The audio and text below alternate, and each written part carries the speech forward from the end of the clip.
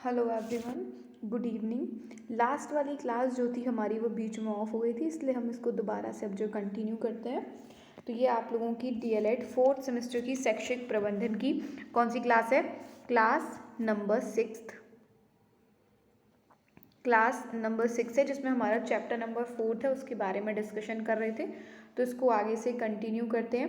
क्या है, इसमें पढ़ेंगे कि हम विद्यालय प्रबंधन में विभिन्न समुदायों की जो भूमिका है वो क्या रही है।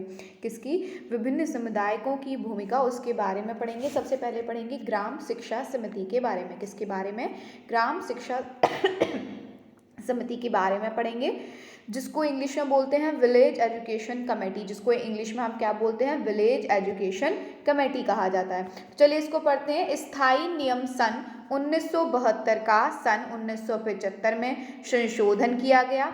इसके लिए प्रत्येक ग्राम शिक्षा समिति बनाई गई और इस समिति का कार्य बेसिक स्कूलों में भवन और उसमें प्रयोग होने वाले उपकरणों में सुधार के लिए सुझाव निरीक्षण करने, अध्यापकों के आने जाने की रिपोर्ट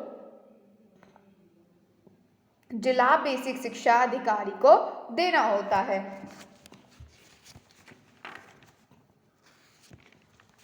स्थायी नियम सन 1972 का, ये जो सन 1975 में क्या किया गया? संशोधन किया गया था और इसके लिए हर एक गांव में शिक्षा समिति बनाई गई। और इस समिति का कार्य क्या होता है कि बेसिक स्कूलों में भवन और उसमें जो काम में प्रयोग में आने वाले जो उपकरण होते हैं उनमें सुधार के लिए सुझाव देना, उनके निरीक्षण करना, अध्यापकों के आने जाने की रिपोर्ट जिला बेसिक अधिकारी तक देना। ये इसका क्या होता है? ग्राम शिक्षा समिति का कार्य होता है। आगे है कि ग्राम सभा का अध्यक्ष कौन होता है? प्रधान होता है। ग्राम सभा का अध्यक्ष कौन होता है? प्रधान होता है।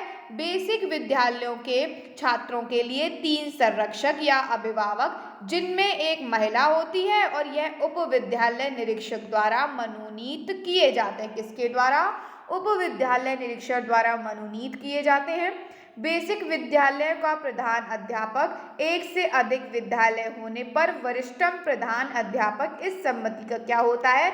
सदस्य सचिव होता है। अच्छा, ग्राम शिक्षा समिति का अध्यक्ष कौन होता है? प्रधान होता है। और बेसिक विद्यालयों के में छात्रों के 3 संरक्षक यानी जो अभिभावक होते हैं, जिसमें एक क्या होती है? महिला होती है, और ये उप विद्यालय निरीक्षक द्वारा मनोनीत किए जाते हैं। ठीक है। बेसिक विद्यालयों का प्रधान कौन होता है? अध्यापक। एक से अधिक विद्यालय होने पर वरिष्ठम प्रधान अध्यापक इस समिति का क्या होता है? सचिव होता है। आगे है कि ग्राम शिक्षा समिति के कार्य कौन कौन से होते हैं। ग्राम शिक्षा समिति के हमारे कार्य क्या होते हैं, इसके बारे में पढ़ते हैं। कि पहला है ग्राम पंचायत क्षेत्र में बेसिक स्कूलों की स्थापना, उनका प्रशासन, नियंत्रण और प्रबंधन करना। मतलब जो ग्राम पंचायत के अंतर्गत जो क्षेत्र आते हैं उसमें बेसिक स्कूलों की स्थापना करना, उनका प्रशासन नियंत्रण को देखना और उसका क्या करना? प्रबंधन करना। दूसरा है बेसिक स्कूलों के विकास, प्रसार और सुधार के लिए योजना तैयार करना। मतलब जो बेसिक स्कूल है उनके विकास के लिए, प्रसार और सुधार के लिए योजनाएं तैयार करना। तीसरा है बेसिक स्कूलों उनके भवनों और उपसंघर के सुधार के लिए जिला पंचायत समिति को क्या देना होता है? सुझाव देना होता है। चौथा है विद्यालय भवन निर्माण, रख रखाव, मरम्मत में सहयोग करना तथा नवीन भवनों का क्या कराना? निर्माण कराना। पांचवा है शिक्षा मित्रों, आचार्यों और निदेशकों हेतु उपयुक्त पात्र अभ्यर्थियों का क्या करना? चयन करना। छठा है विद्यालय में अध्यापकों की नियुक्ति करना, उनके कर्मस्थ अध्यापकों को पुरस्कार हेतु प्रस्तावित करना।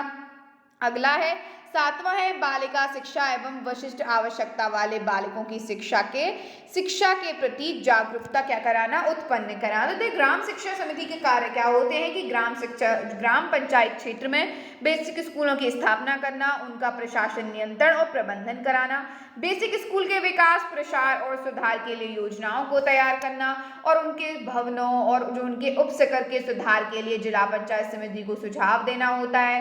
विद्यालय में भवन निर्माण, रख रखाव, मरम्मत में सहयोग करना तथा नवीन भवनों का क्या करना? निर्माण कराना। शिक्षा मित्र, आचार्य, अनुदेशक हो गए, उनके लिए उपयुक्त पात्र अभ्यर्थियों का चयन करना।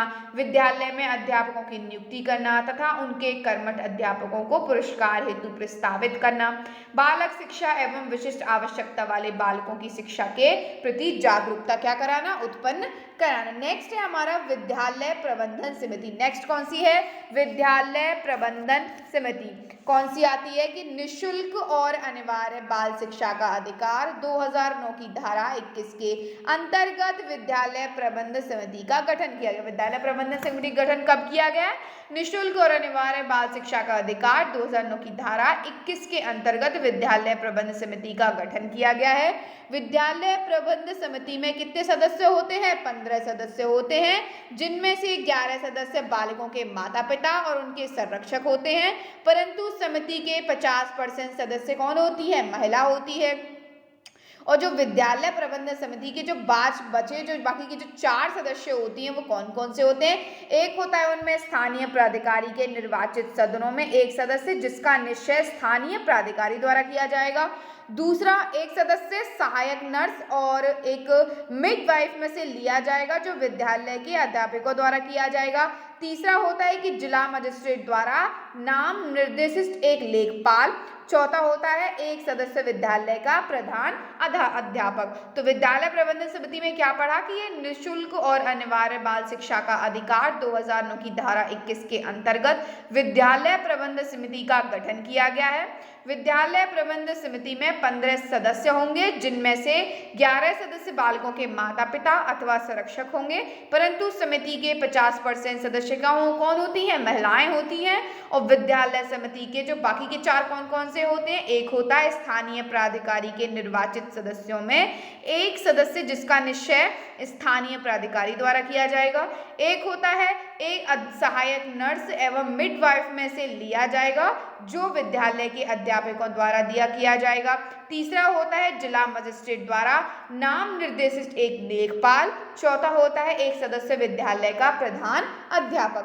बारी आती है कि विद्यालय प्रबंधन और समिति के क्या होते हैं? कार्य जो है वो क्या होते हैं?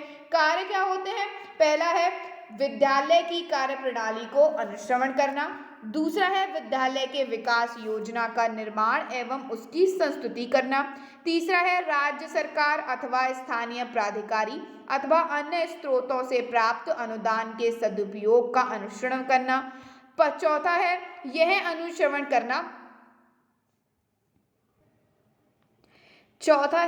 अनुश्रवण करना कि अध्यापकों पर 10 वर्ष की आबादी, जनगणना, आपदा राहत कर्तव्यों अथवा यथास्थिति स्थानीय प्राधिकारी अन्य किसी गैर शैक्षणिक कर्तव्यों का भार न डाला जाए। पांचवा, विद्यालय में आसपास के सभी विद्यालयों का नामांकन एवं उनकी निरंतर उपस्थिति क्या करना? सुनिश्चित करना। तो कौन कौन से कार्य होते हैं विद्यालय समिति के? कार्य कौन कौन से हमने पढ़े? विद्यालय की कार्य प्रणाली को अनुश्रवण करना, विद्यालय विकास योजना का निर्माण एवं उसकी संस्तुति करना। तीसरा हमने पढ़ा राज्य सरकार अथवा स्थानीय प्राधिकारी अथवा अन्य स्रोतों से प्राप्त अनुदान के सदुपयोग का अनुश्रवण। अगला हमने देखा कि यह अनुश्रवण करना कि अध्यापकों पर 10 वर्ष की आबादी, जनगणना, आपदा राहत कर्तव्यों अथवा यथास्थिति स्थानीय प्राधिकारी अन्य किसी शैक्षणिक कर्मियों का भार ना डाला जाए। पांचवा क्या कि विद्यालय में आसपास की सभी बालकों का नामांकन एवं उनकी निरंतर उपस्थिति सुनिश्चित करना।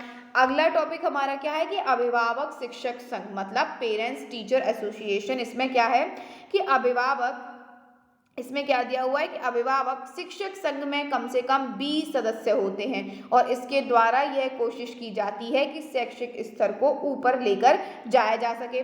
कार्य इसके क्या होते हैं कि गरीब बच्चों के लिए सहायता अनुदान प्राप्त करना। दूसरा, विद्यालय में शैक्षिक स्तर का विकास करना। तीसरा, विद्यालय तथा अभिभावक व समुदाय के बीच अच्छे संबंधों का विकास कराना। चौथा है विद्यालय की गतिविधियों में सहयोग प्रदान कराना। विद्यालय की गतिविधियों में क्या कराना?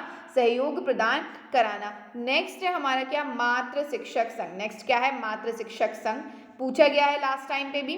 शैक्षिक एवं सामाजिक लाभ की सूचनाओं को महिलाओं तक, किसकी? शैक्षिक एवं सामाजिक लाभ की सूचनाओं को महिलाओं तक पहुंचाने के लिए मातृ शिक्षक संघ की स्थापना की गई है और आज प्रदेश के लगभग हर विद्यालय में मातृ शिक्षक संघ की स्थापना की जा चुकी है।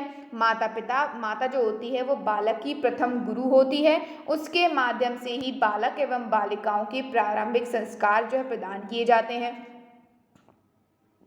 अतः माताओं को भी विद्यालय से संबंधित रखने के लिए मातृ शिक्षक संघ की क्या हुई है, स्थापना करी गई है। इसके उद्देश्य क्या क्या होते हैं? मातृ शिक्षक संघ द्वारा माताओं में शिक्षा के प्रति जागरूकता उत्पन्न कराना, वे अधिकारी का प्रयोग तथा दायित्व का पालन कर सके।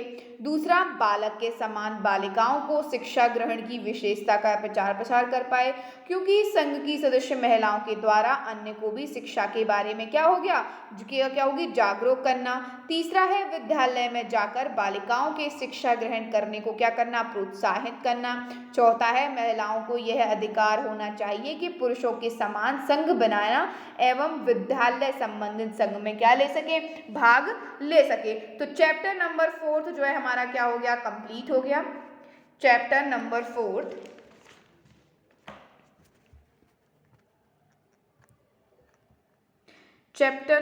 4 हमारा हो गया कंप्लीट। नेक्स्ट क्लास में हम अपना चैप्टर नंबर 5 जो है पढ़ेंगे। तो अगली वाली क्लास में हम क्या पढ़ेंगे, चैप्टर नंबर 5 पढ़ेंगे।